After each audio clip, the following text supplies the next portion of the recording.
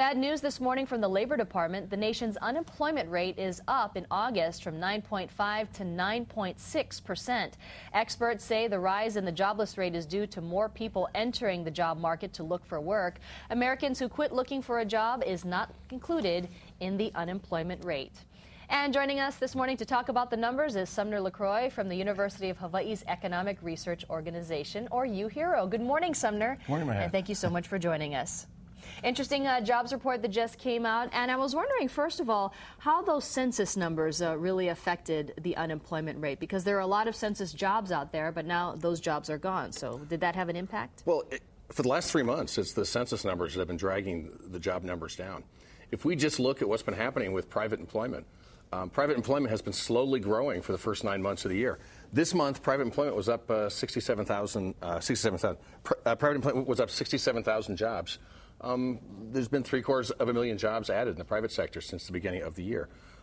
It's when we add in the public sector where we had that big increase in jobs for the census at the beginning of the year. And then since April, we've been shedding all of those jobs that we've had overall weak job growth. Right. So is it all bad news now for job seekers and the economy? I don't think it is. I think it's just slow news. It's the type of thing, if you don't have a job, you're going to get one eventually, but it's going to take time. We did see some good news, I think, hidden in the numbers. And the really good news is that 323,000 people who are long-term unemployed found jobs last month. Let's put this in perspective. There's 6.5 million people long-term unemployed. Long-term unemployed means more than 27 weeks. Being unemployed more than 27 weeks, that's quite burdensome.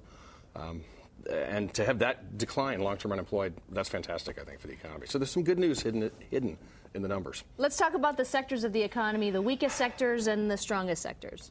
The strongest sector was manufacturing. Manufacturing added quite a few jobs. There were no other really strong sectors. There were no other really weak sectors. What we're seeing is just the economy is just slowly moving along. It's not a strong recovery.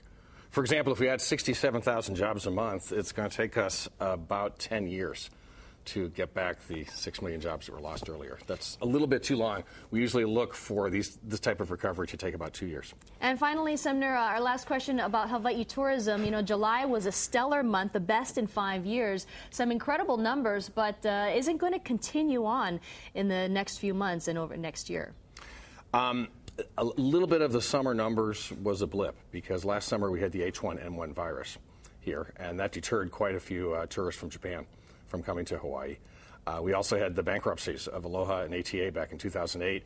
Last summer we didn't have the replacement seats in the market. People had a hard time just booking flights here. This year there's a lot of new airline capacity. That's really helped, I think, people who want to come here find a cheap flight, find a flight at exactly the time that they want to find it. That's helped tourism.